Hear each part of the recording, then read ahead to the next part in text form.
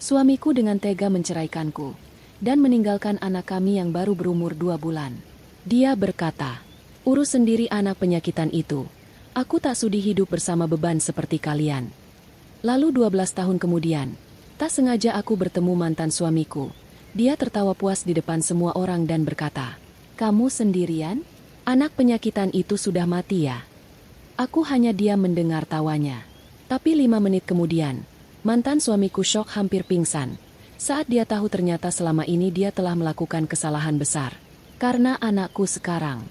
Sebelum ceritanya dimulai, silahkan tulis di kolom komentar dari daerah mana saja teman-teman yang menonton cerita ini. Jangan lupa like dan subscribe agar channel ini bisa semakin berkembang dan bisa mempersembahkan cerita yang lebih menarik lagi.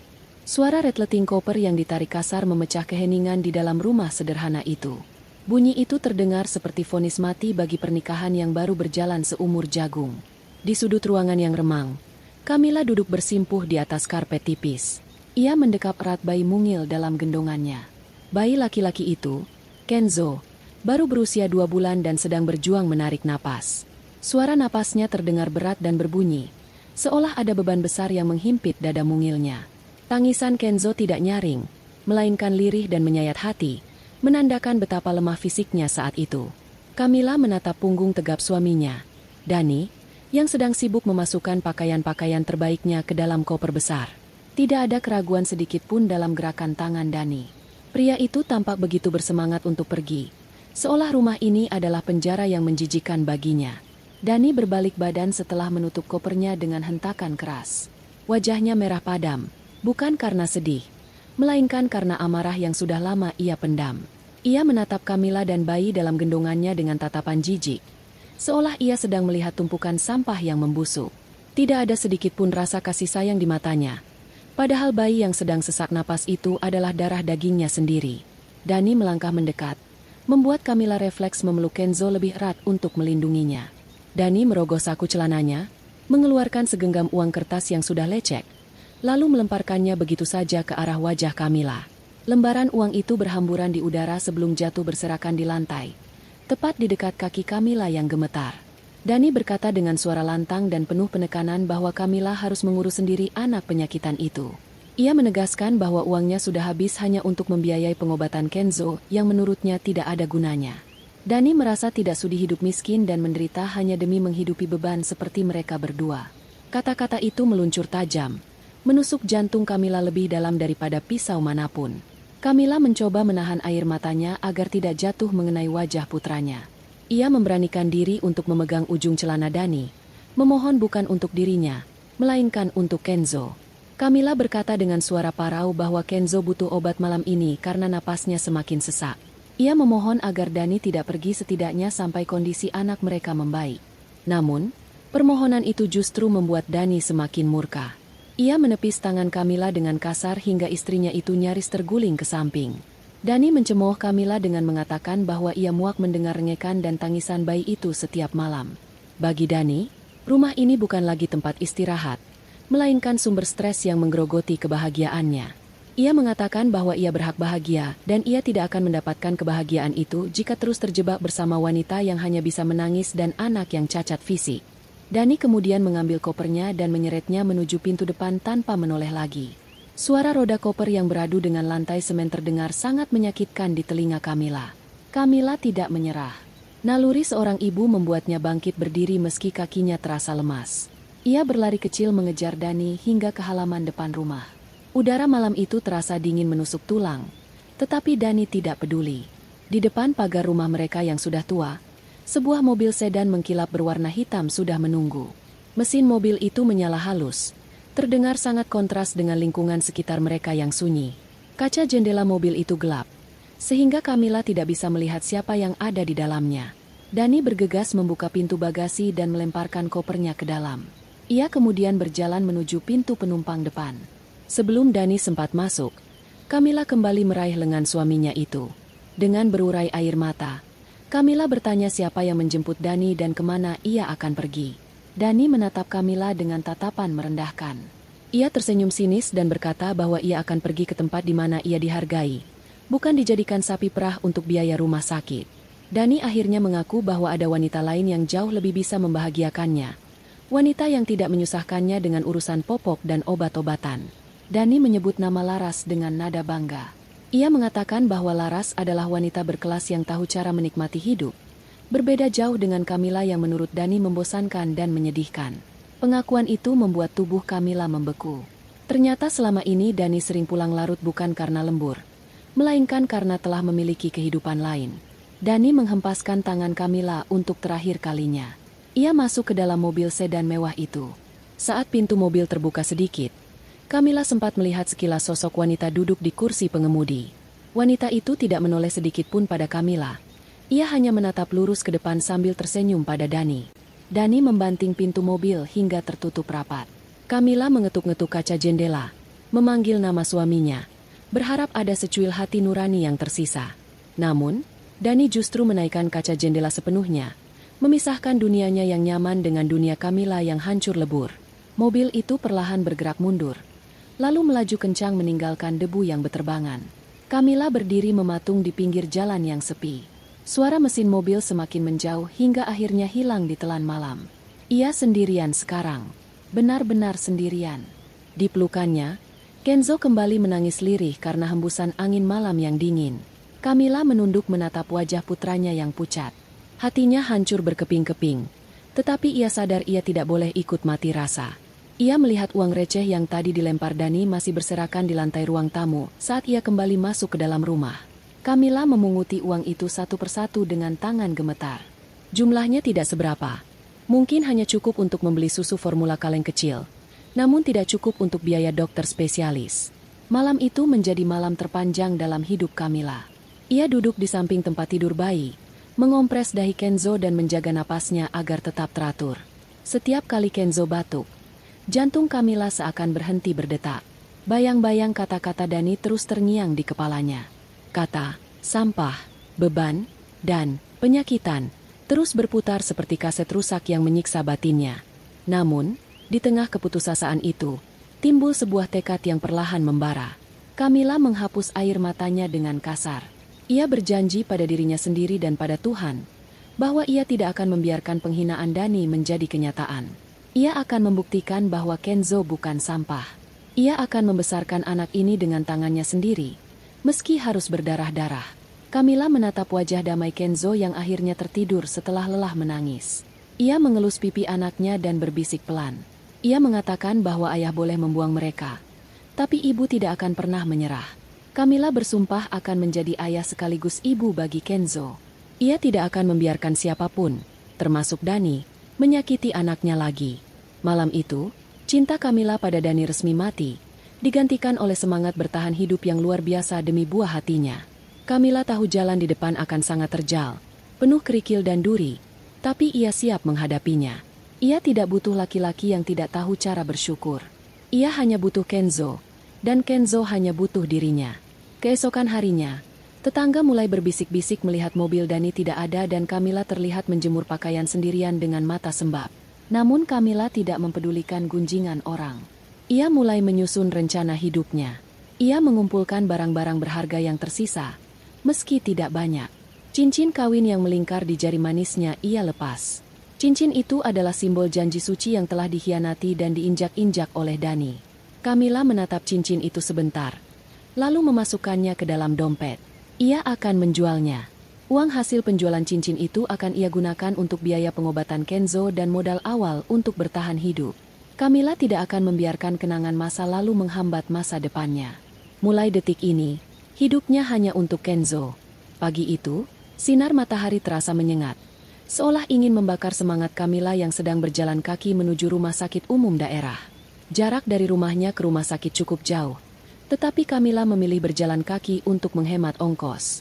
Ia menggendong Kenzo dengan kain jarik, melindunginya dari debu jalanan dengan ujung jilbabnya. Napas Kenzo masih terdengar berat, dan suhu badannya sedikit demam. Kamila mempercepat langkahnya, mengabaikan rasa pegal di kakinya yang mulai terasa. Di dalam tasnya, terselip uang hasil penjualan cincin kawinnya. Jumlahnya memang tidak membuat kaya, tetapi cukup untuk mendaftar ke dokter spesialis anak yang bagus, bukan sekadar berobat jalan biasa. Kamila ingin tahu apa sebenarnya yang terjadi pada tubuh putranya. Sesampainya di rumah sakit, antrean sudah mengular. Bau obat-obatan dan karbol lantai menusuk hidung, membuat perut Kamila yang belum terisi sarapan terasa mual. Ia mendaftar di loket dan duduk menunggu di kursi tunggu yang keras. Di sekelilingnya, banyak orang tua lain dengan wajah cemas, tetapi setidaknya mereka didampingi pasangan masing-masing. Kamila menunduk, fokus menimang Kenzo agar tidak rewel. Beberapa kali Kenzo terbatuk hingga wajahnya memerah. Orang-orang di sebelahnya menatap dengan rasa kasihan, tapi Kamila menegakkan kepalanya. Ia tidak butuh belas kasihan. Ia butuh solusi medis untuk anaknya. Ia teringat kata-kata Dani yang menyebut Kenzo penyakitan. Kata itu seperti api yang membakar semangatnya untuk membuktikan bahwa Dani salah. Setelah menunggu hampir 3 jam, nama Kenzo akhirnya dipanggil. Kamila masuk ruang periksa dengan jantung berdebar. Dokter yang memeriksa adalah seorang dokter senior yang terlihat lelah namun ramah. Dokter itu memeriksa dada Kenzo dengan stetoskop, menekan perutnya pelan, dan melihat respon mata serta gerak refleks Kenzo. Dokter mengerutkan kening, membuat jantung Kamila semakin berpacu kencang. Dokter meminta perawat untuk segera melakukan röntgen dan beberapa tes darah. Kamila menurut saja, meski dalam hati ia menghitung sisa uang di dompetnya. Ia berdoa semoga uangnya cukup. Jika tidak, ia rela menawarkan diri untuk mencuci piring di kantin rumah sakit atau apapun asalkan biaya anaknya tertutup. Proses pemeriksaan memakan waktu yang lama. Kenzo sempat menangis keras saat diambil darahnya, membuat hati Kamila perih. Namun Kamila terus membisikkan kata-kata penenang di telinga anaknya. Setelah semua tes selesai, mereka kembali menunggu hasil. Waktu terasa berjalan sangat lambat. Kamila memandangi wajah anaknya yang kini tertidur kelelahan. Ia melihat fitur wajah Kenzo yang mulai terlihat jelas. Hidungnya, matanya, sangat mirip dengan Dani. Ada rasa sakit saat menyadari kemiripan itu, tetapi Kamila buru-buru menepisnya. Kenzo adalah anaknya, darah dagingnya, terlepas dari siapa ayahnya. Akhirnya, dokter memanggil Kamila kembali ke ruangan. Kali ini, dokter itu tidak sendirian. Ada seorang dokter lain yang lebih muda, seorang spesialis kedokteran olahraga yang kebetulan sedang konsultasi di sana. Dokter senior itu memegang hasil röntgen dada Kenzo dan menunjukkannya pada Kamila. Dokter menjelaskan bahwa selama ini Kenzo sering sesak napas bukan karena paru-parunya lemah atau infeksi bakteri biasa. Kamila menahan napas, bersiap mendengar kabar terburuk. Pikirannya sudah melayang pada penyakit-penyakit berat yang membutuhkan biaya ratusan juta. Namun, dokter muda di sebelahnya angkat bicara. Ia menunjuk gambar paru-paru Kenzo di layar yang menyala. Dokter itu berkata dengan nada takjub bahwa struktur rongga dada Kenzo sangat unik. Paru-parunya memiliki kapasitas yang jauh lebih besar daripada bayi normal seusianya. Selain itu, metabolisme tubuhnya bekerja sangat cepat. Dokter itu menjelaskan bahwa sesak napas yang dialami Kenzo terjadi karena tubuh kecilnya belum bisa mengelola pasokan oksigen dan energi yang berlebihan tersebut. Ini bukan penyakit yang mematikan, melainkan sebuah anomali genetik yang sangat jarang terjadi.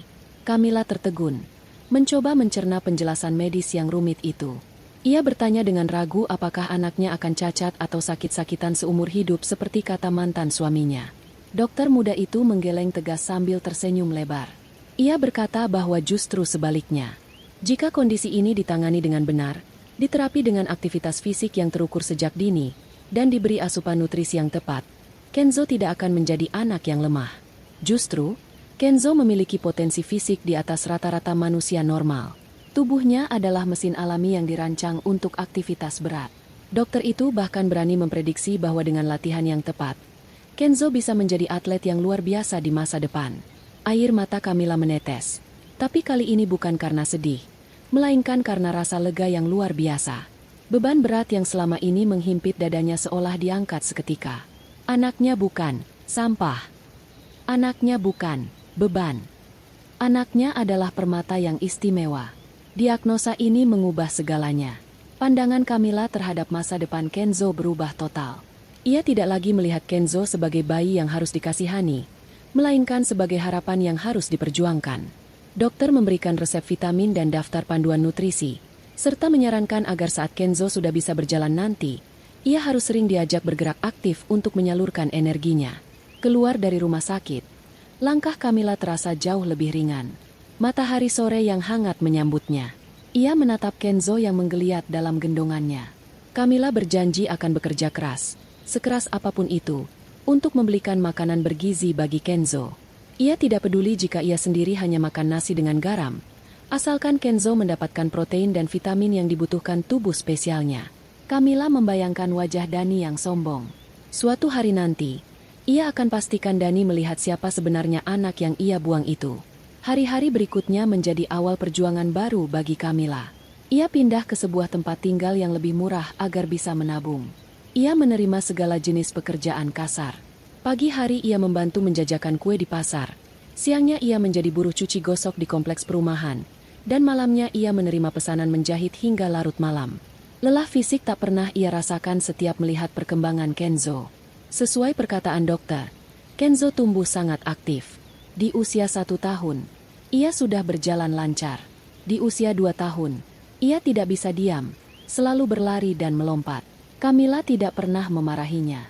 Ia justru memfasilitasi kebutuhan gerak anaknya dengan mengajak lari pagi setiap hari sebelum ia berangkat kerja. Waktu berlalu dengan cepat. Kenzo tumbuh menjadi anak laki-laki yang tegap dan kuat. Jauh lebih tinggi dari teman-teman sebayanya. Tidak ada lagi sesak napas. Yang ada hanyalah energi yang seolah tidak pernah habis. Suatu sore, saat Kenzo berusia 5 tahun, Kamila sedang istirahat sejenak dari pekerjaannya mencuci baju. Ia melihat Kenzo sedang bermain dengan kaleng bekas di halaman. Kenzo menendang kaleng itu dengan kaki kanannya. Tendangan itu begitu keras dan terarah hingga kaleng itu melesat lurus dan menghantam tong sampah di kejauhan dengan suara dentuman yang keras. Kamila terperangah melihat kekuatan kaki putranya. Saat itulah ia teringat ucapan dokter spesialis itu. Kamila menyadari bahwa bakat Kenzo ada di kakinya. Sejak hari itu, meski uangnya pas-pasan, Kamila menyisihkan tabungannya untuk membelikan bola plastik murah untuk Kenzo. Ia juga mulai mencari informasi tentang sekolah sepak bola yang mau menerima anak dari keluarga kurang mampu. Kamila tahu ia tidak punya koneksi atau uang pelicin, tapi ia punya keyakinan. Keyakinan bahwa diagnosa dokter itu benar, dan keyakinan bahwa Tuhan tidak tidur. Takdir Kenzo sudah digariskan bukan untuk menjadi pecundang seperti ayahnya, tetapi menjadi pemenang. Dan Kamila akan menjadi garda terdepan yang memastikan takdir itu terwujud. Di bawah langit senja, Kamila memeluk Kenzo yang berkeringat setelah bermain bola, membisikkan doa agar kelak kaki kecil ini bisa menendang balik nasib buruk yang menimpa mereka. 12 tahun berlalu seperti kedipan mata bagi mereka yang menikmati hidup, namun terasa seperti abad yang panjang bagi mereka yang berjuang. Di sebuah gedung perkantoran mewah di pusat kota, Dani duduk di kursi kulit empuk di ruangannya yang luas. Pendingin ruangan bekerja maksimal, menciptakan suhu yang sangat rendah. Namun pelipis Dani justru dipenuhi keringat dingin. Ia kini menjabat sebagai direktur pemasaran di sebuah perusahaan perlengkapan olahraga ternama. Di mata orang luar, hidupnya tampak sempurna. Jas yang ia kenakan berharga jutaan rupiah. Jam tangan di pergelangan tangannya adalah edisi terbatas, dan ia dihormati oleh banyak bawahan. Namun, di balik topeng kesuksesan itu, pondasi hidup Dani sebenarnya sedang keropos dan nyaris runtuh. Ponsel di atas meja bergetar untuk kesekian kalinya. Nama Laras muncul di layar. Dani memijat pelipisnya yang berdenyut nyeri. Ia tahu persis apa yang diinginkan istri keduanya itu.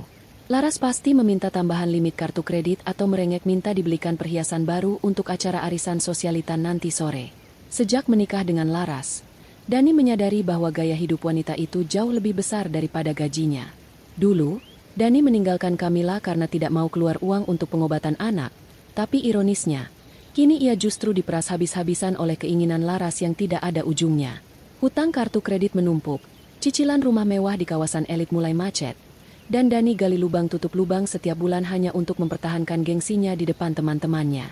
Lamunan Dani buyar ketika pintu ruangannya diketuk keras. Sekretarisnya masuk dengan wajah pucat, memberitahu bahwa Pak Lesmana, pemilik perusahaan, memanggilnya sekarang juga. Jantung Dani berdegup kencang. Ia tahu performa penjualan sepatu bulan ini sangat buruk. Kompetitor baru bermunculan dengan strategi pemasaran yang lebih segar. Sementara strategi Dani dianggap kuno. Dengan langkah berat, Dani merapikan dasinya dan berjalan menuju ruang CEO di lantai paling atas. Di dalam ruangan itu, atmosfer terasa mencekam. Pak Lesmana tidak menyuruhnya duduk. Pria parubaya itu berdiri menghadap jendela besar, membelakangi Dani, lalu berbalik dengan tatapan tajam yang seolah bisa menguliti Dani hidup-hidup. Pak Lesmana melempar sebuah majalah olahraga ke atas meja konferensi yang panjang. Sampul majalah itu menampilkan siluet seorang atlet muda yang sedang menendang bola, dengan judul besar, Si Kijang Emas, Misteri Bintang Masa Depan. Pak Lesmana berkata dengan suara rendah namun penuh ancaman bahwa perusahaan sedang di ujung tanduk. Investor mulai menarik diri karena brand mereka dianggap tidak lagi relevan bagi anak muda. Satu-satunya cara untuk menyelamatkan perusahaan adalah dengan mengamankan tanda tangan atlet muda yang sedang viral ini. Pak Lesmana menunjuk gambar siluet itu. Ia menjelaskan bahwa anak ini, yang dikenal dengan julukan Si Kijang Emas, adalah fenomena baru. Tidak ada yang tahu nama aslinya, tidak ada yang tahu asal-usulnya, tapi setiap kali dia bermain, tiket stadion terjual habis dan videonya ditonton jutaan orang. Dani mendekat dan melihat majalah itu. Ia tersenyum meremehkan dalam hati. Baginya, anak kecil tetaplah anak kecil, mudah dibodohi dan mudah disilaukan dengan uang. Dani berkata dengan nada percaya diri yang dibuat-buat bahwa ia akan membereskan masalah ini dalam 1 minggu. Ia berjanji akan membawa kontrak yang sudah ditandatangani di atas meja Pak Lesmana secepatnya. Pak Lesmana menatapnya sangsi, lalu memberikan ultimatum terakhir. Jika Dani gagal mendapatkan tanda tangan bocah ini, maka surat pemecatan Dani yang akan ditandatangani. Ancaman itu membuat darah Dani berdesir, tapi ia tetap memasang wajah tenang. Ia sangat yakin kemampuannya melobi orang tidak pernah gagal, apalagi lawannya hanya seorang bocah ingusan yang baru puber. Keluar dari ruangan bos, Dani langsung memerintahkan tim risetnya untuk mencari lokasi latihan Si Kijang Emas hari ini. Informasi didapat dengan cepat. Bocah itu sedang berlatih tertutup di sebuah stadion swasta di pinggiran kota. Dani segera menyambar tas kerjanya. Di dalam tas itu, ia sudah menyiapkan draft kontrak dengan nilai yang sebenarnya sangat rendah dibandingkan standar pasar. Dani berpikir, anak ini pasti datang dari keluarga biasa saja yang akan langsung tergiur melihat angka nol yang banyak, tanpa menyadari bahwa angka itu kecil bagi perusahaan.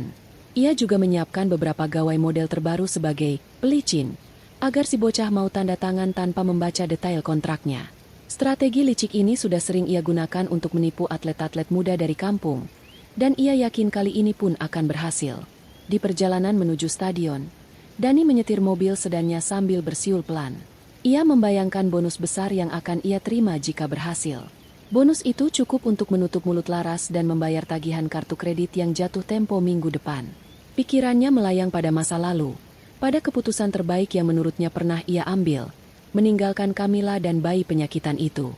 Dani menggelengkan kepala, merasa lucu jika mengingat betapa menderitanya hidup Kamila dulu. Ia yakin mantan istri dan anaknya itu pasti sudah hidup melarat di kolong jembatan. Atau mungkin anaknya sudah meninggal karena tidak ada biaya. Dani tidak merasa bersalah sedikit pun. Baginya, mereka adalah masa lalu yang gelap yang sudah ia kubur dalam-dalam. Ia adalah Dani yang sukses, yang sebentar lagi akan menjadi pahlawan perusahaan dengan membawa pulang Si Kijang Emas. Sesampainya di area stadion, Dani memarkir mobilnya di area VIP. Ia tidak punya akses resmi, tapi dengan sedikit uang sogokan kepada petugas keamanan di gerbang belakang, ia berhasil masuk. Dani merapikan jas mahalnya, memastikan penampilannya sempurna. Ia ingin memberikan kesan pertama yang mengintimidasi sekaligus memukau bagi si atlet cilik. Dani berjalan menyusuri lorong-lorong stadion yang sepi dan dingin. Suara langkah sepatunya menggema, menciptakan irama kesombongan yang mengiringi setiap langkahnya. Ia tidak sabar melihat wajah kagum bocah itu saat ia menyodorkan kartu namanya. Dani merasa seperti raja yang sedang turun ke lapangan untuk memungut berlian yang tercecer. Ia sama sekali tidak menyadari bahwa di ujung lorong itu, masa lalu yang ia hina sedang menunggunya dengan kejutan yang akan membalikan dunianya 180 derajat. Lorong stadion itu panjang dan remang-remang, hanya diterangi oleh lampu neon yang berkedip sesekali. Udara di sana berbau rumput segar dan karet sintetis. Aroma khas tempat para juara ditempa. Dani melangkah dengan dagu terangkat tinggi, matanya memindai sekeliling dengan tatapan menilai. Ia merasa tempat ini terlalu bagus untuk anak-anak, tapi cukup layak untuk standar dirinya. Tujuannya adalah ruang ganti utama, tempat di mana ia mendapat informasi bahwa targetnya sedang beristirahat sebelum sesi latihan sore. Dani sudah menyusun kalimat pembuka yang manis di kepalanya. Kalimat yang akan membuat siapapun merasa tersanjung dan tunduk padanya. Saat berbelok di tikungan lorong menuju area logistik, langkah Dani terhenti. Di depannya, sekitar 10 meter, ada seseorang yang sedang kesusahan. Seorang wanita mengenakan pakaian tertutup dan jilbab sederhana sedang mengangkat tumpukan kerdus air mineral. Kerdus-kerdus itu terlihat berat, membuat langkah wanita itu tertatih-tatih. Dani mendengus kesal. Baginya, pemandangan orang susah seperti ini merusak estetika harinya. Ia seharusnya melihat atlet bintang, bukan kuli panggul. Dani mempercepat langkahnya, berniat melewati wanita itu tanpa peduli. Namun, saat ia semakin dekat, sesuatu pada postur tubuh wanita itu memantik ingatan lama di kepalanya.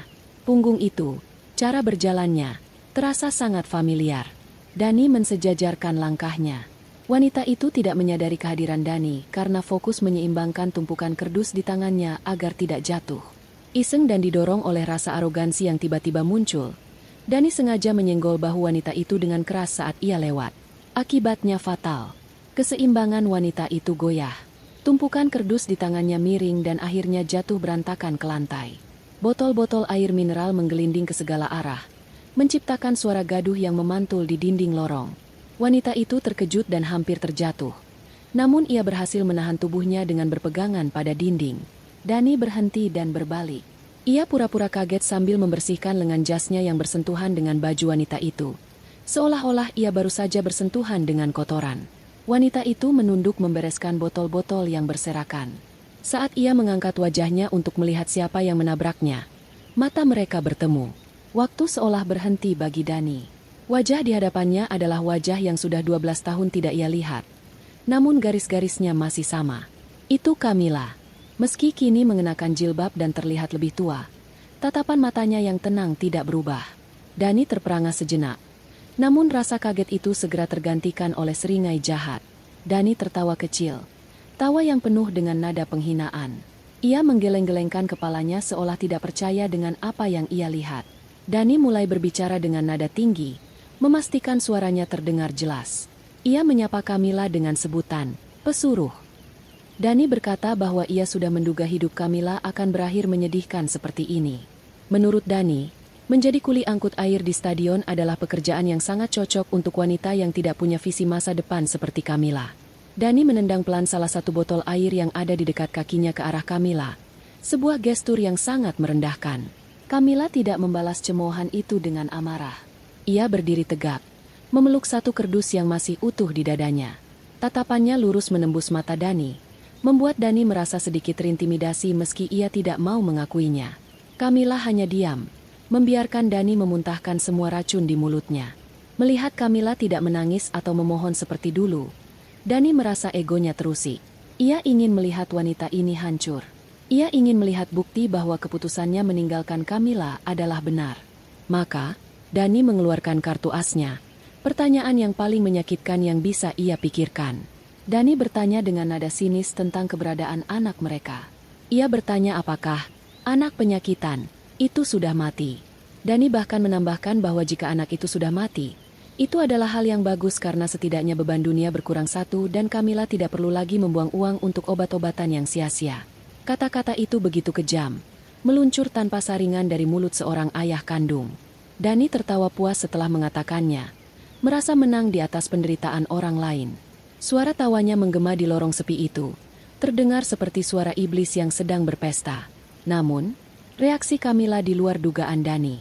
Wanita itu tidak menangis histeris. Bibirnya justru menyunggingkan senyum tipis, senyum yang sulit diartikan. Senyum itu bukan senyum keramahan, melainkan senyum kasihan. Kamila berkata pelan namun tegas, meminta Dani untuk menyimpan tawanya. Ia mengatakan bahwa Dani akan membutuhkan tenaganya untuk menangis nanti. Dani mengerutkan kening, tidak paham dengan maksud ucapan Kamila. Ia mengira Kamila sudah gila karena tekanan hidup. Dani mendengus kasar, merapikan kerah kemejanya, dan berkata bahwa ia tidak punya waktu untuk meladeni omongan orang gila. Dani melangkah pergi meninggalkan Kamila yang masih berdiri di sana. Ia merasa sangat superior. Pertemuan ini semakin meyakinkan dirinya bahwa ia adalah pemenang dalam kehidupan ini. Ia memiliki jabatan, uang, dan masa depan. Sementara Kamila hanya memiliki pekerjaan kasar dan kenangan buruk. Dani berjalan menuju pintu besar yang menghubungkan lorong dengan lapangan utama. Di balik pintu itu, sorot lampu stadion yang terang benderang sudah menanti. Dani tersenyum lebar, bersiap menyambut sang bintang, si Kijang Emas. Ia sama sekali tidak menyadari bahwa di balik pintu itu, Karma sedang menunggunya dengan sabar, siap untuk menendang balik semua kesombongan yang baru saja ia pamerkan. Ia membuka pintu dengan percaya diri, melangkah masuk ke dalam arena yang akan menjadi saksi kehancuran harga dirinya dalam hitungan menit. Dani melangkah masuk ke area VIP stadion dengan perasaan di atas angin. Udara di dalam ruangan itu terasa sejuk dan berbau kemewahan. Berbeda jauh dengan lorong pengap tempat ia baru saja bertemu Camilla. Di sana, beberapa rekan kerjanya dan perwakilan sponsor lain sudah berkumpul, memegang gelas minuman ringan dan berbincang santai. Dani melihat Laras, istrinya, sedang berdiri di dekat jendela kaca besar yang menghadap langsung ke lapangan. Laras tampak sibuk dengan ponselnya, sesekali tertawa kecil membaca pesan, tidak mempedulikan sekitarnya. Dani menghampiri Laras dan merangkul pinggangnya dengan posesif, ingin memamerkan bahwa ia memiliki istri yang cantik dan modis di depan rekan-rekannya. Laras menoleh sekilas, memberikan senyum tipis yang dipaksakan sebelum kembali fokus pada layar ponselnya. Dani merasa dunia sedang berpihak padanya. Ia baru saja merendahkan mantan istrinya yang menurutnya gagal, dan sebentar lagi ia akan mendapatkan kontrak besar. Namun, rasa puas itu terusik ketika pintu samping ruangan VIP terbuka. Camilla masuk sambil membawa nampan berisi botol-botol air mineral yang tadi sempat jatuh. Ia berjalan dengan tenang, meletakkan botol-botol itu di meja panjang yang tersedia untuk para tamu. Dani mendengus keras, menarik perhatian orang-orang di sekitarnya. Ia tidak bisa membiarkan momen ini berlalu begitu saja. Ia ingin semua orang tahu bahwa wanita pelayan itu adalah bukti nyata betapa tepatnya keputusan hidup yang pernah ia ambil dulu. Dani sengaja memanggil Camilla dengan suara lantang. Ia berteriak agar Camilla mendekat, seolah memanggil seorang pembantu yang lamban. Camilla berhenti merapikan botol, lalu menoleh perlahan. Wajahnya datar, tidak ada rasa takut atau malu. Ia berjalan mendekat ke arah Dani dan Laras. Laras yang menyadari keberadaan Camilla langsung melipat tangannya di dada. Matanya menatap Camilla dari ujung kepala sampai ujung kaki dengan tatapan meremehkan. Laras berbisik pada Dani dengan suara yang cukup keras agar didengar orang lain. Bertanya mengapa ada orang lusuh di ruangan VIP ini. Dani tertawa lepas mendengar komentar istrinya. Ia menunjuk Camilla dengan telunjuknya, memperkenalkan Camilla kepada semua orang di ruangan itu sebagai contoh manusia yang tidak punya visi. Dani mulai bercerita dengan bumbu-bumbu kebohongan, mengatakan bahwa wanita ini dulu pernah memohon-mohon padanya untuk tidak ditinggalkan, padahal hidupnya hanya menjadi beban. Rekan-rekan kerja Dani ikut tertawa canggung, sebagian merasa tidak enak, sebagian lagi ikut terbawa suasana untuk menjilat Dani. Dani merasa panggung itu miliknya. Ia melangkah lebih dekat ke wajah Camilla, menatap mata mantan istrinya itu lekat-lekat. Dani bertanya dengan nada mengejek yang sangat menusuk. Ia menanyakan nasib anak mereka, si Kenzo. Dani bertanya apakah anak penyakitan itu sudah mati karena tidak ada biaya berobat. Ia bahkan menambahkan kalimat yang sangat kejam, mengatakan bahwa kematian anak itu adalah hal terbaik yang bisa terjadi agar beban dunia berkurang satu. Laras ikut menimpali dengan tawa kecil yang menyakitkan, mengatakan bahwa mungkin itu sebabnya Camilla terlihat begitu tua dan lelah, karena mengurus anak sakit-sakitan yang akhirnya tidak selamat juga. Suasana ruangan itu mendadak hening sejenak karena kekejaman ucapan Dani. Namun Camilla tetap berdiri tegak. Ia tidak menunduk, tidak menangis, dan tidak gemetar. Sorot matanya justru memancarkan ketenangan yang aneh, seolah ia sedang melihat badut yang sedang mempermalukan dirinya sendiri. Camilla menarik napas panjang, lalu tersenyum tipis. Senyum itu bukan senyum kekalahan, melainkan senyum penuh rasa kasihan yang mendalam. Camilla berkata dengan suara tenang namun tegas, meminta Dani untuk menyimpan tawanya sekarang. Ia mengatakan bahwa Dani akan sangat membutuhkan tenaganya untuk menangis nanti. Dani terdiam sesaat, bingung dengan reaksi Camilla. Ia mengharapkan tangisan atau amukan, bukan ketenangan yang mengerikan seperti ini. Namun egonya terlalu tinggi untuk merasa terancam. Ia mengibaskan tangannya, menganggap ucapan Camilla hanya bualan orang yang kalah. Dani kembali tertawa, mengajak orang-orang untuk mengabaikan wanita gila itu. Ia berbalik memunggungi Camilla, kembali menatap ke arah lapangan hijau di bawah sana yang masih kosong. Ia bersiap untuk menyaksikan bintang masa depan, si Kijang Emas, yang kabarnya akan segera keluar untuk pemanasan. Tiba-tiba, lampu-lampu utama di stadion itu padam secara serentak. Kegelapan menyelimuti seluruh area, termasuk ruangan VIP tempat Dani berada. Orang-orang terkejut dan mulai berbisik-bisik panik. Namun kepanikan itu tidak berlangsung lama. Sebuah sorot lampu sorot yang sangat terang menyala dari atap stadion, menembus kegelapan dan menyinari satu titik di tengah lapangan. Musik dramatis mulai terdengar menggema dari pengeras suara stadion, membuat jantung siapapun yang mendengarnya berdegup kencang. Suara pembawa acara yang menggelegar memecah kesunyian, mengumumkan kedatangan sang bintang. Dani menempelkan wajahnya ke kaca jendela, antusias. Ia ingin melihat siapa sebenarnya bocah ajaib yang dipuja-puja semua orang ini. Pembawa acara menyebutkan sederet prestasi yang membuat bulu kuduk merinding. Kapten Timnas Junior, pencetak gol terbanyak tingkat Asia, pemain terbaik turnamen internasional. Dan akhirnya, nama itu disebut. Sebuah nama yang membuat jantung Dani berhenti berdetak selama 1 detik. Sang Kijang Emas, Kenzo. Nama itu bergema di seluruh stadion, memantul di dinding-dinding beton dan menusuk masuk ke telinga Dani dengan sangat jelas. Dani terpaku. Ia berpikir mungkin itu hanya kebetulan nama yang sama. Nama Kenzo bukan nama yang terlalu langka. Ia mencoba menenangkan dirinya sendiri, meyakinkan hatinya bahwa tidak mungkin anak penyakitan itu bisa menjadi atlet. Itu mustahil. Anak itu pasti sudah mati atau lumpuh di suatu tempat kumuh. Dani tertawa gugup, mencoba mencari dukungan dari Laras. Namun Laras juga tampak terdiam menatap lapangan. Semua mata tertuju pada lorong pemain yang kini diterangi cahaya lampu sorot. Dari sana, sosok yang dinanti-nantikan itu akhirnya muncul, membawa jawaban atas semua keraguan dan karma yang sudah lama tertunda. Dari lorong pemain, seorang anak laki-laki berlari masuk ke tengah lapangan dengan kecepatan yang luar biasa. Tubuhnya melesat seperti anak panah yang dilepaskan dari busurnya. Ia mengenakan seragam latihan yang pas di badan, memperlihatkan postur tubuh yang atletis dan kokoh. Otot-otot kakinya terbentuk sempurna, menandakan ribuan jam latihan yang disiplin. Dada bidangnya membusung bangga, menyerap setiap sorakan imajiner dari tribun yang kosong. Tidak ada tanda-tanda penyakit, tidak ada jejak kelemahan.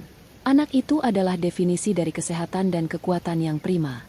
Dani yang berdiri di balik kaca VIP merasa lututnya lemas. Wajah anak itu terpampang jelas di layar raksasa stadion yang baru saja menyala. Wajah itu bagaikan cermin masa lalu Dani, namun dalam versi yang jauh lebih baik, lebih tampan, dan lebih berkarakter. Hidung mancung itu, bentuk rahang itu, mata tajam itu, semuanya milik Dani. Tapi sorot mata anak itu berbeda. Jika mata Dani penuh kelicikan dan ketamakan, mata anak itu memancarkan fokus, tekad baja, dan kecerdasan. Dani mundur selangkah. Napasnya tercekat. Ia bergumam tidak percaya. Bertanya-tanya pada dirinya sendiri apakah itu benar-benar Kenzo. Di lapangan, Kenzo tidak membuang waktu. Ia menerima umpan lambung dari asisten pelatih. Bola itu melayang tinggi di udara.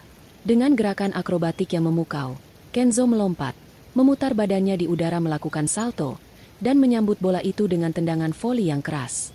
Kaki kanannya menghantam bola dengan suara dentuman yang terdengar sampai ke ruang VIP. Bola itu meluncur lurus, merobek udara, dan menghunjam jaring gawang hingga tiang gawang bergetar hebat. Jaring itu seolah mau putus menahan kekuatan tendangan bocah berusia 12 tahun itu. Laras menutup mulutnya dengan tangan. Matanya terbelalak. Ia menoleh pada Dani dengan tatapan horor, menyadari kemiripan wajah yang tak terbantahkan. Rekan-rekan kerja Dani mulai berbisik-bisik, melirik Dani dan layar raksasa bergantian. Mereka mulai menyadari sesuatu yang janggal. Dani merasakan keringat dingin mengucur deras di punggungnya. Ia merasa mual. Bagaimana mungkin? Bagaimana mungkin bayi yang dulu napasnya saja susah, kini bisa menendang bola sekeras itu? Otak Dani berputar keras mencari penyangkalan. Tapi kenyataan di depan matanya terlalu nyata untuk dibantah. Selesai melakukan pemanasan singkat yang memukau, Kenzo berjalan santai menuju pinggir lapangan, tepat di bawah balkon VIP tempat Dani berada.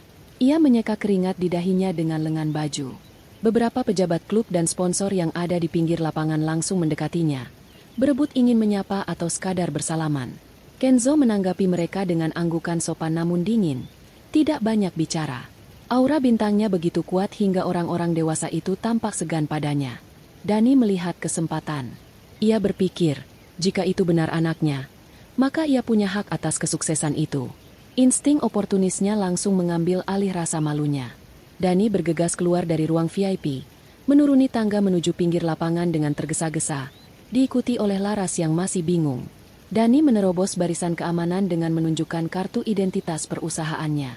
Ia sampai di pinggir lapangan tepat saat Kenzo sedang berjalan ke arah bangku cadangan.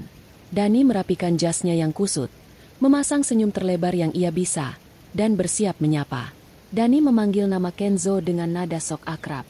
Ia merentangkan tangannya, bersiap untuk memeluk, atau setidaknya bersalaman. Dalam kepalanya, ia sudah membayangkan berita utama besok. Direktur pemasaran bertemu anak kandungnya yang bintang lapangan. Itu akan menaikkan saham perusahaan dan menyelamatkan karirnya. Ia sudah menyusun kata-kata manis tentang betapa bangganya ia sebagai ayah. Namun, Kenzo tidak berhenti. Langkah kaki Kenzo tetap stabil, tatapannya lurus ke depan, seolah Dani hanyalah tiang bendera atau angin lalu yang tidak berwujud. Kenzo melewati Dani begitu saja. Tangan Dani yang terulur menggantung di udara, kosong dan menyedihkan. Senyum Dani kaku, berubah menjadi ringisan malu saat orang-orang di sekitar mulai memperhatikan penolakan itu. Kenzo terus berjalan beberapa meter lagi. Lalu wajah dinginnya tiba-tiba berubah hangat. Senyum tulus merekah di bibirnya. Senyum yang belum pernah dilihat siapapun di lapangan itu. Kenzo menghampiri seseorang yang sedang berdiri di dekat tumpukan kerdus air mineral. Kenzo memeluk wanita itu dengan erat, menenggelamkan wajahnya di bahu wanita itu sejenak, mencari kekuatan. Wanita itu adalah Camilla. Camilla membalas pelukan putranya, mengusap punggung Kenzo yang berkeringat dengan penuh kasih sayang. Ia menyerahkan sebotol air mineral yang sudah dibukakan tutupnya. Kenzo menerimanya dan meminumnya dengan lahap. Setelah itu, Kenzo berkata dengan suara yang cukup jelas terdengar oleh Dani yang berdiri mematung tak jauh dari sana. Kenzo mengucapkan terima kasih pada ibunya, mengatakan bahwa air minum yang disiapkan ibunya selalu yang paling segar, dan latihan hari ini terasa sangat mudah berkat doa ibunya. Pemandangan itu menghantam Dani lebih keras daripada pukulan fisik. Di sana, di pinggir lapangan yang megah, berdiri anak yang ia buang dan istri yang ia hina, saling berpelukan dalam kesuksesan yang ia impikan. Camilla, wanita yang baru saja ia sebut pesuruh, ternyata adalah satu-satunya orang yang dihormati oleh sang bintang. Dan Kenzo, anak penyakitan, itu, kini berdiri menjulang tinggi, sehat, kuat, dan kaya raya. Dani merasa dunianya runtuh seketika. Kakinya gemetar hebat hingga ia harus berpegangan pada pagar pembatas agar tidak jatuh. Ia baru saja menyadari bahwa ia telah membuang berlian demi memungut batu kerikil. Dan kini berlian itu bersinar begitu terang hingga membakar matanya. Laras yang berdiri di belakang Dani menarik lengan suaminya dengan kasar, bertanya dengan histeris apakah benar itu anak Dani. Dani tidak bisa menjawab. Lidahnya keluh, tenggorokannya tercekat. Ia hanya bisa menatap punggung Kenzo yang tegap, menyadari bahwa jarak di antara mereka bukan lagi sekadar jarak fisik, melainkan jurang nasib yang tak mungkin lagi ia seberangi. 5 menit yang lalu ia merasa sebagai raja. Kini ia merasa lebih rendah daripada debu di sepatu anaknya sendiri. Kehancuran mental Dani baru saja dimulai, dan itu terasa jauh lebih menyakitkan daripada kematian. Suasana di pinggir lapangan mendadak berubah menjadi sangat tegang, seolah udara di sekitar mereka memadat dan sulit dihirup. Kilatan cahaya dari kamera para wartawan yang mulai berdatangan menyilaukan mata, menciptakan efek strobo yang memusingkan. Dani berdiri terpaku dengan tangan masih terulur kaku di udara, sementara Kenzo baru saja melewatinya begitu saja untuk memeluk Camilla. Penolakan itu bukan sekadar gestur fisik, melainkan sebuah tamparan keras bagi harga diri Dani yang selama ini ia junjung tinggi. Bisik-bisik dari orang-orang di tribun VIP dan staf pelatih mulai terdengar riuh, mempertanyakan siapa pria berjas yang baru saja diabaikan oleh sang bintang lapangan. Dani merasakan wajahnya panas. Darahnya mendidih karena malu bercampur panik. Ia tahu karirnya di ujung tanduk, dan satu-satunya skoci penyelamat adalah anak laki-laki yang sedang berdiri membelakanginya itu. Didorong oleh rasa putus asa yang memuncak, Dani melakukan tindakan nekat. Ia tidak peduli lagi pada etika atau rasa malu. Ia berteriak sekeras-kerasnya, memanggil nama Kenzo dengan suara yang pecah dan histeris. Dani berteriak bahwa ia adalah papa kandung Kenzo. Suaranya menggema di seluruh stadion yang akustiknya sangat baik, membuat semua aktivitas terhenti seketika. Para wartawan yang tadinya sibuk memotret latihan langsung memutar lensa kamera mereka ke arah Dani. Ini adalah berita besar. Ayah kandung dari atlet jenius yang misterius akhirnya muncul. Dani melihat lensa-lensa kamera itu mengarah padanya dan merasa mendapat panggung. Ia memasang wajah sedih yang dibuat-buat, mencoba memainkan peran sebagai ayah yang merindukan anaknya. Dani melangkah maju dengan agresif, mencoba meraih bahu Kenzo dari belakang. Ia ingin memeluk anak itu, memaksa terjadinya momen reuni yang mengharukan di depan kamera agar ia bisa mengklaim hak asuh, atau setidaknya hak atas kesuksesan anaknya. Namun, sebelum tangan Dani menyentuh bahu Kenzo, anak itu bergerak dengan kecepatan kilat. Dengan refleks seorang atlet terlatih, Kenzo memutar tubuhnya dan menghindar ke samping, membuat Dani terhuyung ke depan karena kehilangan keseimbangan. Kenzo menatap Dani dengan sorot mata yang dingin dan tajam. Tatapan yang membuat nyali Dani menciut seketika. Tidak ada kerinduan di mata itu. Hanya ada rasa jijik yang mendalam. Dani mencoba bicara lagi. Suaranya bergetar. Ia mengatakan bahwa ia sudah lama mencari Kenzo dan ibunya. Ia berbohong dengan lancar di depan semua orang. Mengatakan bahwa ia sangat merindukan mereka dan ingin memperbaiki hubungan keluarga yang retak. Dani bahkan mencoba menyentuh pipi Kenzo. Namun Kenzo menepis tangan itu dengan kasar. Kenzo tidak berkata apa-apa. Ia hanya menunduk, mengambil sebuah bola sepak yang tergeletak di rumput dengan kakinya. Dengan santai, Kenzo mulai melakukan juggling, memantul-mantulkan bola di kakinya tanpa menyentuh tanah. Gerakannya begitu luwes dan terkontrol, seolah bola itu adalah bagian dari tubuhnya sendiri. Semua mata tertuju pada aksi Kenzo. Dani merasa diabaikan lagi. Ia merasa marah karena anak ingusan ini berani mempermainkannya. Dani membentak Kenzo, menyuruhnya berhenti main-main dan menghormati orang tua. Ia mengatakan bahwa darah daging tidak bisa dipisahkan dan Kenzo harus ikut dengannya pulang sekarang juga. Dani melangkah maju lagi, berniat menarik lengan Kenzo secara paksa. Saat itulah, Kenzo menghentikan gerakan bolanya. Bola itu kini berada di udara, sejajar dengan lututnya. Waktu seolah melambat. Kenzo menarik kaki kanannya ke belakang, mengumpulkan tenaga yang luar biasa besar pada otot paha dan betisnya. Tanpa peringatan, Kenzo melepaskan tendangan voli yang sangat keras. Namun kali ini, arah bola itu bukan ke gawang. Bola itu melesat lurus, membelah udara dengan suara desing yang mengerikan, tepat mengarah ke wajah Dani. Dani yang tidak siap hanya bisa membelalakan mata. Ia melihat bola itu datang secepat peluru. Semakin lama semakin besar dalam pandangannya. Tubuh Dani kaku karena teror. Ia ingin lari, tapi kakinya seolah dipaku ke tanah. Bola itu melesat melewati sisi kepala Dani dengan jarak kurang dari 1 sentimeter. Angin dari putaran bola itu menampar pipi Dani dengan keras, membuat telinganya berdengung. Brah! Bola itu menghantam tembok beton di belakang Dani dengan suara ledakan yang memekakan telinga. Plester tembok itu rontok seketika, meninggalkan bekas hantaman bulat yang dalam dan retakan yang menjalar seperti sarang laba-laba. Jika bola itu mengenai kepala Dani, bisa dipastikan ia akan mengalami cedera serius atau bahkan gegar otak berat. Dani menjerit ketakutan dan jatuh terduduk di rumput. Kakinya lemas. Napasnya memburu tak beraturan. Ia meraba wajah dan kepalanya, memastikan ia masih hidup. Jantungnya berdetak begitu kencang hingga dadanya terasa sakit. Rasa takut yang amat sangat membuat Dani kehilangan kendali atas dirinya sendiri. Celana bahan mahalnya basah, meninggalkan noda gelap yang memalukan. Stadion hening. Tidak ada yang berani bersuara. Semua orang terperangah melihat kekuatan tendangan bocah 12 tahun itu dan betapa nyarisnya tendangan itu merenggut nyawa seseorang. Kenzo menurunkan kakinya perlahan. Ia berdiri tegak, menatap Dani yang sedang gemetar di tanah dengan tatapan datar tanpa emosi. Kenzo melangkah mendekat, membuat Dani merangkak mundur ketakutan seperti kepiting. Kenzo berhenti tepat di depan Dani, menatapnya dari atas ke bawah. Kenzo akhirnya membuka mulutnya. Suaranya tenang, namun setiap kata yang ia ucapkan terasa seperti vonis hakim. Kenzo menyindir refleks Dani yang sangat lambat. Ia bertanya bagaimana mungkin seseorang yang mengaku ingin mengurus dan melindunginya, bahkan tidak bisa menghindar dari sebuah bola. Kenzo mengatakan bahwa fisik Dani terlalu lemah untuk menjadi ayahnya. Ia mengingatkan Dani pada kata-kata yang dulu pernah Dani ucapkan, bahwa fisik yang lemah adalah beban. Sekarang, di detik ini, Danilah yang terlihat lemah dan menyedihkan di mata semua orang. Kenzo menegaskan bahwa ia tidak butuh ayah yang pengecut, yang hanya berani bicara besar tapi lari ketakutan saat menghadapi tantangan nyata. Dani tidak bisa menjawab. Mulutnya terkunci rapat. Ia hanya bisa menatap ngeri pada tembok yang retak di belakangnya, membayangkan jika itu adalah kepalanya. Laras yang berdiri tak jauh dari situ juga membeku. Wajahnya pucat pasi melihat kebrutalan tenaga anak tirinya. Ia mulai menyadari bahwa anak ini bukan sekadar anak kecil biasa, melainkan seseorang yang memiliki kekuatan yang tidak bisa dilawan. Para wartawan mulai mengambil foto Dani yang sedang duduk di rumput dengan celana basah, momen yang akan menjadi akhir dari reputasi profesionalnya.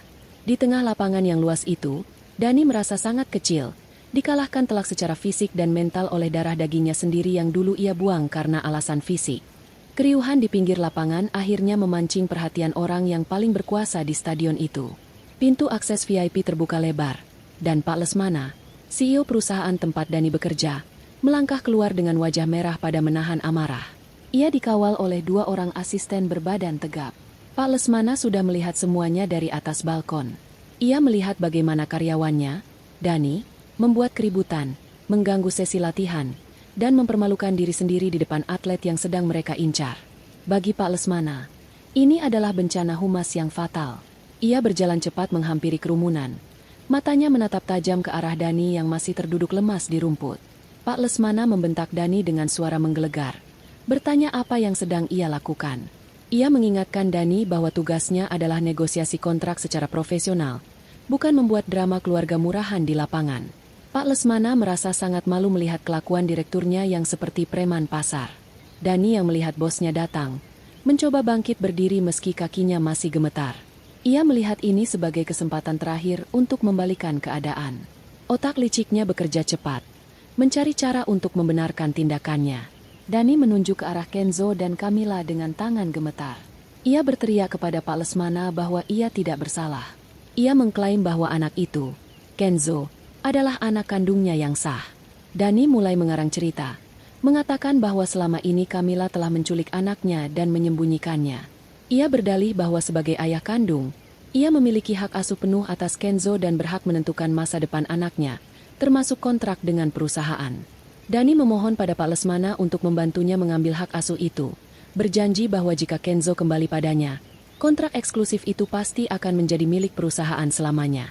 Mendengar tuduhan penculikan itu, para wartawan semakin antusias. Mereka mendekatkan mikrofon, berharap mendapat skandal besar. Namun, Camilla tidak tinggal diam. Ia sudah menduga Dani akan memutarbalikkan fakta. Wanita berhijab itu melangkah maju, membelah kerumunan dengan wibawa yang tenang namun mematikan. Di tangannya, ia memegang sebuah map tebal berwarna biru tua yang sejak tadi ia bawa. Camilla berdiri di antara Dani dan Pak Lesmana, menjadi perisai bagi putranya. Camilla menatap Dani dengan sorot mata yang tajam, lalu beralih menatap Pak Lesmana dan para wartawan. Ia mengangkat map itu tinggi-tinggi. Dengan suara lantang dan jelas, Camilla berkata bahwa ia memiliki bukti yang tidak bisa dibantah oleh siapapun. Ia menjelaskan bahwa map ini bukan sekadar kertas, melainkan saksi bisu kejahatan yang dilakukan Dani 12 tahun yang lalu. Camilla membuka map itu dan mengeluarkan beberapa lembar dokumen medis yang sudah terlihat agak kusam dimakan usia. Namun tulisannya masih terbaca jelas. Itu adalah salinan rekam medis Kenzo saat masih bayi. Camilla mulai membacakan isi dokumen itu. Ia menyebutkan tanggal dan tahun saat Dani meninggalkan mereka. Ia membacakan diagnosis awal dokter umum yang menyatakan Kenzo mengalami sesak napas berat. Lalu, dengan suara yang bergetar menahan emosi, Camilla menceritakan momen ketika Dani melempar uang receh dan menyebut anaknya sendiri sebagai sampah penyakitan dan beban hidup. Camilla menunjuk Dani tepat di wajahnya, mengingatkan semua orang pada kata-kata kejam yang diucapkan pria itu. Suasana menjadi hening. Hanya suara Camilla yang terdengar menyayat hati namun penuh kekuatan. Kemudian, Camilla mengeluarkan lembar kedua. Ini adalah hasil pemeriksaan dari dokter spesialis olahraga yang ia temui setelah Dani pergi. Camilla membacakan kesimpulan medis yang tertulis di sana. Kondisi paru-paru dan struktur tulang di atas rata-rata. Potensi atletik genetik tinggi. Camilla menjelaskan bahwa apa yang Dani sebut penyakit sebenarnya adalah anugerah Tuhan. Dani membuang Kenzo bukan karena Kenzo sakit, tapi karena Dani terlalu bodoh dan tidak sabaran untuk melihat potensi anaknya sendiri. Dani telah membuang berlian murni karena mengira itu hanya pecahan kaca. Camilla menutup map itu dengan keras. Ia melangkah mendekati Dani yang kini wajahnya pucat pasi seperti mayat. Dani mencoba mundur, tapi punggungnya menabrak pagar pembatas. Camilla berkata bahwa selama 12 tahun, ia berjuang sendirian membesarkan Kenzo, memberinya nutrisi terbaik meski ia sendiri harus menahan lapar, melatih fisiknya setiap hari sesuai anjuran dokter. Dan sekarang, setelah Kenzo jadi bintang, Dani datang mengaku sebagai ayah. Camilla bertanya di mana Dani saat Kenzo demam tinggi. Di mana Dani saat Kenzo butuh sepatu bola pertamanya? Sebagai penutup, Camilla melemparkan isi map itu ke wajah Dani. Lembaran-lembaran kertas medis itu berhamburan di udara, melayang jatuh menimpa wajah dan tubuh Dani, persis seperti saat Dani melempar uang receh ke wajah Camilla dulu. Pemandangan itu sangat ironis dan memuaskan. Kertas-kertas itu seolah menjadi vonis yang menjatuhkan hukuman sosial bagi Dani. Para wartawan mengabadikan momen itu. Seorang direktur sukses yang tertunduk malu di bawah hujan dokumen medis yang membuktikan keburukan hatinya. Pak Lesmana memungut salah satu lembar kertas yang jatuh di dekat kakinya.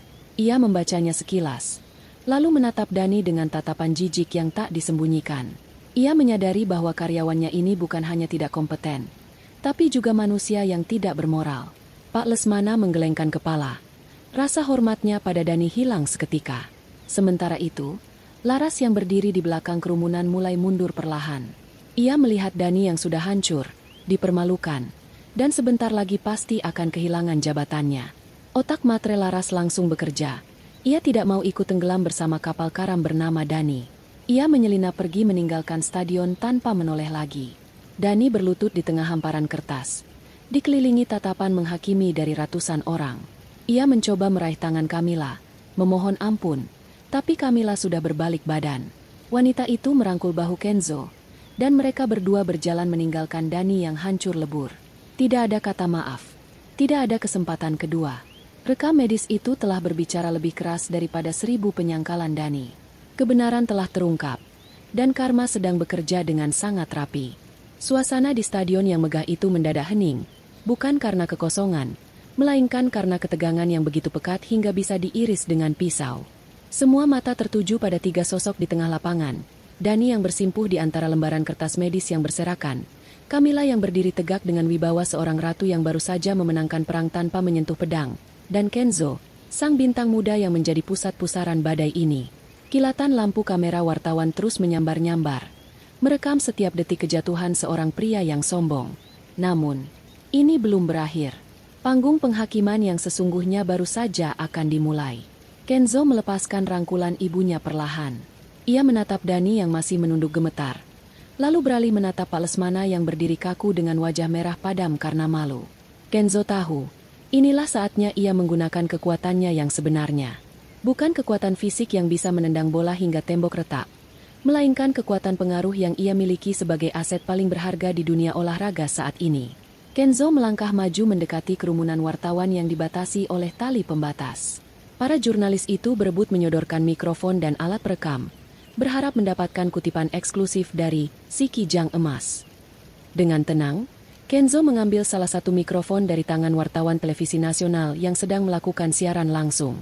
Ia tidak tampak gugup sedikit pun, seolah ia sudah terbiasa menghadapi ribuan orang, padahal usianya baru 12 tahun. Kenzo menatap lurus ke lensa kamera yang menyala merah, menyadari bahwa wajahnya sedang ditonton oleh jutaan orang di seluruh negeri, termasuk mungkin para petinggi industri olahraga, sponsor, dan penggemar sepak bola. Selamat sore semuanya. Suara Kenzo terdengar jernih dan stabil melalui pengeras suara stadion. Saya Kenzo. Mungkin kalian mengenal saya sebagai atlet yang suka menendang bola. Tapi hari ini, saya ingin bicara sebagai seorang anak. Kenzo berhenti sejenak, membiarkan kalimat pembukanya meresap. Ia kemudian menunjuk ke arah Dani yang masih berlutut. Pria ini, yang baru saja mengaku sebagai ayah saya, datang ke sini bukan karena rindu. Dia datang membawa kontrak bisnis. Dia ingin saya menandatangani kesepakatan eksklusif dengan perusahaan tempat dia bekerja. Perusahaan yang dipimpin oleh Bapak Lesmana yang terhormat di sana. Kenzo mengarahkan tangannya ke Pak Lesmana, membuat sang CEO tersentak kaget. Tapi ada satu hal yang perlu kalian tahu, lanjut Kenzo. Suaranya mulai meninggi dengan emosi yang terkendali. 12 tahun yang lalu, pria ini membuang saya dan ibu saya ke jalanan. Dia menyebut saya sampah. Dia menyebut saya penyakit. Dia bilang, dia tidak sudi membiayai hidup anak yang lemah. Dan hari ini, dia berdiri di sini, menjilat ludahnya sendiri, hanya karena dia melihat saya punya nilai jual. Dia tidak melihat saya sebagai anak. Dia melihat saya sebagai mesin uang. Gumam kaget terdengar dari para wartawan dan staf yang hadir. Cerita ini jauh lebih skandal daripada sekadar drama keluarga biasa. Ini adalah kisah tentang eksploitasi dan ketamakan korporat. Kenzo melanjutkan pidatonya, kali ini dengan nada yang sangat dingin dan mengancam. Oleh karena itu, saya ingin membuat pernyataan resmi di sini, sekarang juga.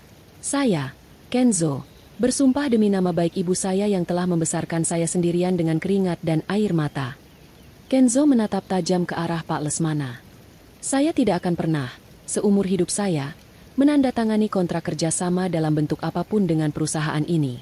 Tidak untuk sepatu, tidak untuk jersey, tidak untuk iklan 1 detik pun. Selama perusahaan ini masih mempekerjakan orang yang tidak punya hati nurani seperti Dani, bagi saya, perusahaan ini sama kotornya dengan dia. Pernyataan itu bagaikan bom atom yang dijatuhkan tepat di tengah reputasi perusahaan Pak Lesmana. Wajah sang CEO berubah pucat pasi. Ia tahu betul arti kata-kata Kenzo. Si Kijang Emas adalah ikon masa depan. Jika Kenzo memboikot brand mereka secara terbuka di siaran langsung nasional, itu sama saja dengan vonis mati bagi citra perusahaan. Saham mereka bisa anjlok besok pagi, dan investor akan lari ketakutan. Pak Lesmana menatap Dani dengan tatapan membunuh. Karyawan yang seharusnya menjadi penyelamat, justru menjadi racun yang menghancurkan segalanya. Kenzo belum selesai. Ia menambahkan satu kalimat penutup yang mematikan. Dan satu lagi, jika ada perusahaan lain di luar sana yang berani mempekerjakan orang ini, Kenzo menunjuk Dani lagi, maka saya pastikan, saya juga akan memutus hubungan dengan perusahaan tersebut. Saya tidak akan membiarkan 1 sen pun uang dari industri ini mengalir ke kantong orang yang menelantarkan bayi sakit demi wanita lain. Kenzo menyerahkan kembali mikrofon itu kepada wartawan, lalu berbalik badan dan berjalan kembali ke sisi ibunya. Tepuk tangan tidak terdengar, karena semua orang terlalu syok untuk bereaksi. Yang terdengar hanyalah suara klik kamera yang semakin gila-gilaan, mengabadikan momen kehancuran total karir Dani. Pak Lesmana, yang sadar bahwa ia harus bertindak cepat untuk menyelamatkan muka perusahaannya, langsung melangkah lebar menghampiri Dani. Tanpa basa-basi, ia mencengkram kerah jas mahal Dani dan menariknya berdiri dengan kasar. "Kau dengar itu, Dani?" bentak Pak Lesmana di depan semua kamera. "Kau tidak hanya gagal mendapatkan kontrak, kau baru saja menghancurkan nama baik perusahaanku. Kau pikir aku akan membiarkan ini? Mulai detik ini, kau dipecat." Dani terbelalak, mencoba memegang tangan bosnya. "Tetapi Pak, saya bisa jelaskan, ini salah paham. Kenzo itu anak saya. Dia pasti cuma emosi." "Diam kau," potong Pak Lesmana keras. Ia merogoh saku jas Dani, mengambil kartu identitas karyawan, ID card, yang tergantung di sana, lalu mematahkannya menjadi 2 bagian dengan bunyi krak yang nyaring. Ia melemparkan potongan plastik itu ke wajah Dani. "Ambil barang-barangmu sekarang dan pergi dari sini. Dan jangan harap kau bisa dapat pesangon sepeser pun. Aku akan pastikan namamu masuk daftar hitam di seluruh asosiasi industri olahraga. Tidak akan ada yang mau mempekerjakan sampah sepertimu." Dani mundur terhuyung-huyung. Air matanya mulai menetes. Ia melihat ke sekeliling, mencari dukungan. Teman-teman kerjanya yang tadi ikut tertawa bersamanya kini memalingkan wajah, pura-pura sibuk atau menatap jijik padanya. Tidak ada yang mau diasosiasikan dengan orang yang baru saja divonis sebagai ayah terburuk oleh atlet nasional. Dani teringat pada Laras, istrinya, satu-satunya orang yang mungkin masih memihaknya. Ia menoleh ke arah tribun VIP, mencari sosok wanita cantik itu. Namun, yang ia lihat hanyalah punggung Laras yang sedang berjalan cepat menuju pintu keluar stadion. Laras bahkan tidak menoleh sedikit pun. Dani berteriak memanggil nama istrinya. "Laras! Tunggu, kita harus bicara." Laras berhenti sejenak, tapi tidak berbalik. Ia hanya melambaikan tangan tanpa melihat. Sebuah gestur perpisahan yang dingin dan acuh tak acuh. Laras sudah mendengar semuanya. Ia tahu Dani sudah tamat. Tidak ada jabatan, tidak ada gaji besar, tidak ada masa depan, dan ditambah lagi musuh besar berupa atlet kaya raya.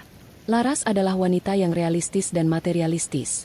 Ia tidak menikahi Dani karena cinta, tapi karena fasilitas. Sekarang fasilitas itu hilang, maka ia pun hilang. Dani melihat Laras menghilang di balik pintu keluar, membawa serta sisa-sisa harapan dan harga dirinya. Dani kembali jatuh berlutut di rumput. Kali ini ia menangis terseduh-seduh, bukan sandiwara, tapi tangisan penyesalan yang terlambat. Ia melihat Camilla dan Kenzo sedang berjalan keluar lapangan, dikawal oleh petugas keamanan yang menghalau wartawan. Mereka berjalan dengan kepala tegak. Punggung mereka lurus dan kokoh. Pemandangan itu mengingatkan Dani pada hari ia meninggalkan mereka. Dulu, ia yang berjalan pergi dengan kepala tegak sementara Camilla menangis di tanah. Sekarang, roda nasib telah berputar 180 derajat. Danilah yang menangis di tanah, ditinggalkan, dibuang, dan tidak diinginkan oleh siapapun. Karma telah menunaikan tugasnya dengan sempurna, disaksikan oleh jutaan mata melalui layar kaca. 1 tahun telah berlalu sejak insiden di stadion itu. Waktu terus berjalan, membawa perubahan nasib yang drastis bagi setiap orang yang terlibat. Di pusat kota, sebuah layar Megatron raksasa yang menempel di gedung pencakar langit sedang menayangkan siaran langsung pertandingan final kejuaraan sepak bola junior tingkat dunia. Pertandingan itu berlangsung di Eropa. Namun euforianya terasa hingga ke jalanan kota ini. Di layar raksasa itu, tampak sosok Kenzo yang kini tubuhnya semakin tinggi dan tegap. Ia mengenakan ban kapten di lengan kirinya. Wajahnya fokus, penuh determinasi. Komentator berteriak histeris saat Kenzo menerima umpan lambung di menit-menit terakhir pertandingan. Dengan tenang, Kenzo mengontrol bola dengan dada, mengecoh 2 pemain belakang lawan dengan gerakan lincah, lalu melepaskan tendangan pisang yang melengkung indah masuk ke pojok gawang. Gol! Kenzo mencetak gol kemenangan. Indonesia juara dunia. Teriakan komentator menggema di seluruh penjuru kota. Kamera menyorot selebrasi Kenzo. Ia tidak melakukan salto atau tarian heboh. Ia berlari ke pinggir lapangan, menghadap ke tribun penonton di mana ibunya duduk. Kenzo mengangkat jersenya, memperlihatkan kaos dalam bertuliskan, "Untuk ibuku, Camila, Enggu." Camila yang duduk di kursi VVIP tampak menyeka air mata haru. Ia kini tampil sangat elegan. Pakaiannya tetap tertutup dan sopan, namun memancarkan aura kelas atas. Hijabnya tertata rapi. Wajahnya bersinar karena perawatan dan kebahagiaan batin. Di sampingnya duduk pelatih-pelatih top dunia yang berebut ingin menyalami tangannya, mengucapkan selamat atas keberhasilan putranya. Camila bukan lagi wanita yang mengangkut kerdus air mineral. Ia kini adalah pemilik agensi manajemen atlet muda berbakat, Camila Sport Management, yang disegani karena integritasnya dalam melindungi hak-hak atlet anak. Ia membuktikan bahwa seorang janda yang dulu dihina miskin, kini bisa berdiri sejajar dengan para elit dunia. Sementara itu, jauh di bawah sana, di trotoar jalanan yang panas dan berdebu, seorang pria kurus dengan pakaian lusuh sedang menyapu sampah dedaunan. Pria itu memakai rompi oranye kusam bertuliskan, "Dinas Kebersihan Kota." Kulitnya terbakar matahari, wajahnya tirus dan keriput, membuatnya terlihat 10 tahun lebih tua dari usia sebenarnya. Itu adalah Dani. Dani berhenti menyapu sejenak saat mendengar sorak-sorai orang-orang di sekitarnya. Ia mendongak, melihat ke layar Megatron di atas gedung.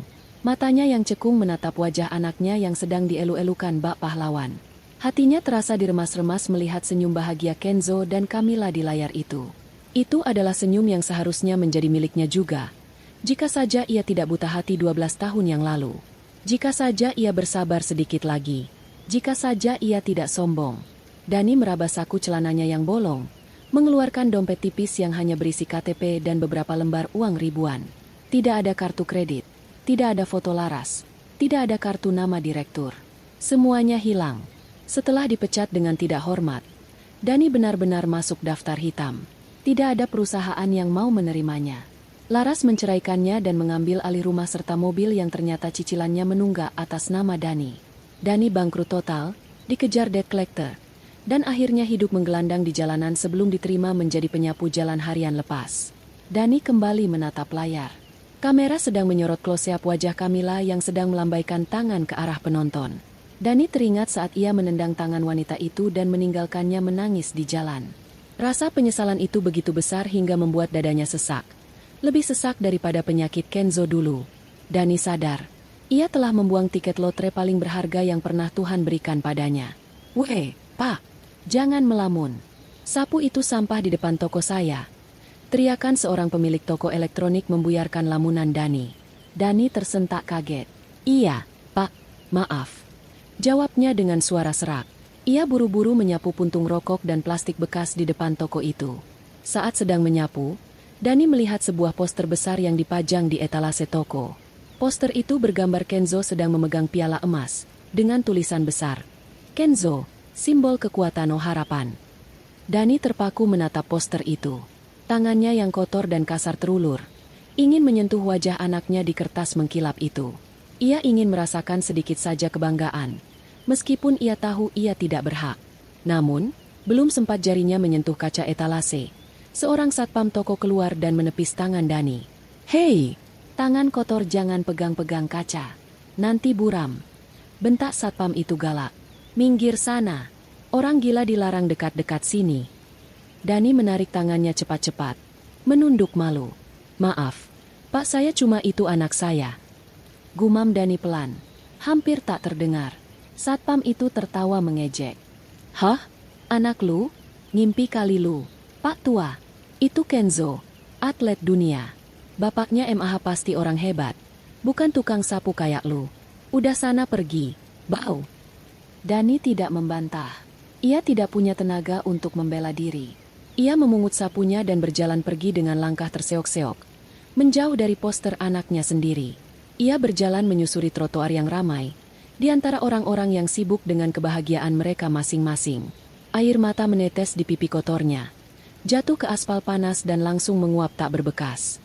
Di layar raksasa di atas sana, komentator menutup siaran dengan kalimat yang sangat menohok bagi Dani, seolah ditujukan khusus untuknya.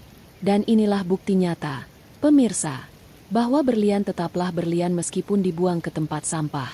Tapi tangan yang membuangnya, selamanya akan kotor dan kosong. Dani terus berjalan, semakin mengecil di kejauhan, menjadi titik noda di kota yang gemerlap. Sementara di layar, wajah Kenzo dan Camilla tetap bersinar terang, abadi dalam kemenangan mereka. Skor akhir kehidupan telah ditetapkan. Kenzo dan Camilla menang telak dengan skor 10, sementara Dani kalah telak dengan skor 0. Karma telah selesai menjalankan tugasnya, menutup buku cerita ini dengan keadilan yang sempurna.